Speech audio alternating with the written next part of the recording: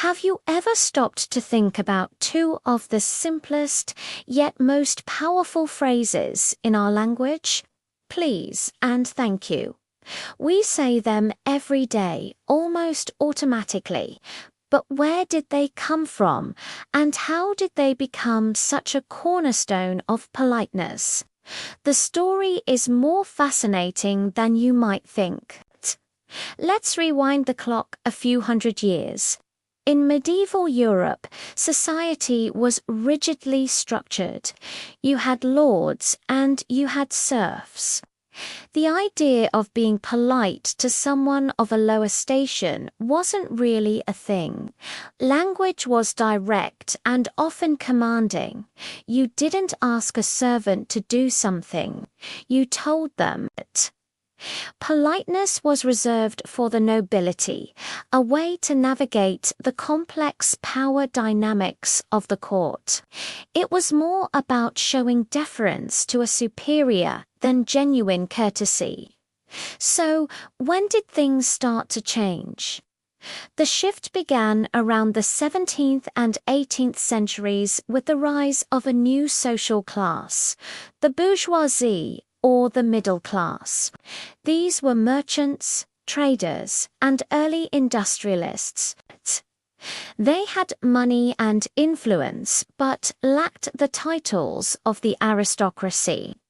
They needed a new way to interact, a social lubricant that wasn't based on birthright. This is where please and thank you begin their journey into everyday life. Please is a contraction of the phrase, if it pleases you. Originally, it was a way for a subordinate to make a request of a superior, acknowledging their power to grant or deny it. It was a humble appeal. But as the middle class grew, please became a more universal way to soften a request, transforming a command into a polite appeal between equals. It signaled respect for the other person's autonomy and goodwill. Instead of give me the bread, it became please, may I have the bread? A subtle but profound change. Similarly, thank you has deep roots. It comes from the same Old English root as the word think.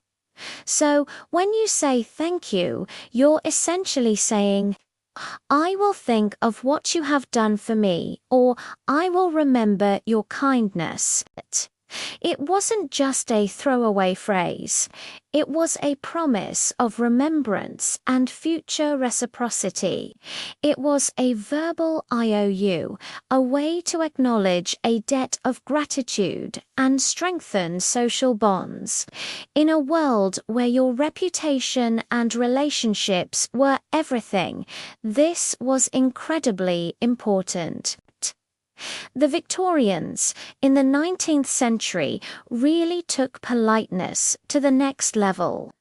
They were obsessed with etiquette and social decorum. For them, manners were a clear sign of a good upbringing and a moral character.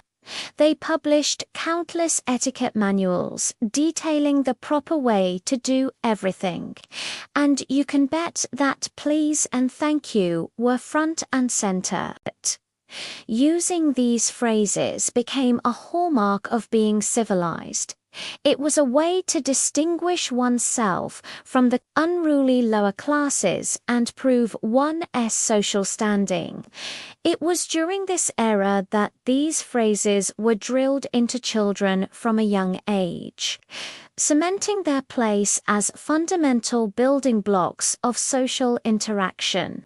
So, from a tool of courtly power to a symbol of middle-class respect, and finally to a universal sign of good character, please and thank you have had quite a journey. They are more than just words. They are tiny capsules of social history.